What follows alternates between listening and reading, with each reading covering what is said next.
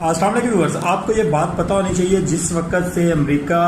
کی جو پارلیمنٹ ہے وہاں پہ ووٹنگ ہوئی ہے پی ٹی آئی کے حق میں، اس وقت سے معاملہ جو ہے وہ کافی خراب ہو چکے ہیں، کیونکہ امریکہ میں نے آپ کو بتایا تھا کہ انسانیت باقی ہے۔ پاکستان کے اندر وہ انسانیت ہو نہ ہو، لیکن ادر کنٹریز میں وہ انسانیت ابھی باقی ہے، اور آپ کو یہ بات کلیئر ہونی چاہیے کہ اس وقت جو گورنمنٹ ہے وہ عمران خان صاحب کی منتیں اور ترلے کر رہی ہیں کہ ہمارے ساتھ آپ بیٹھ کر تعاون کریں، ہمارے ساتھ مذاکرات کریں،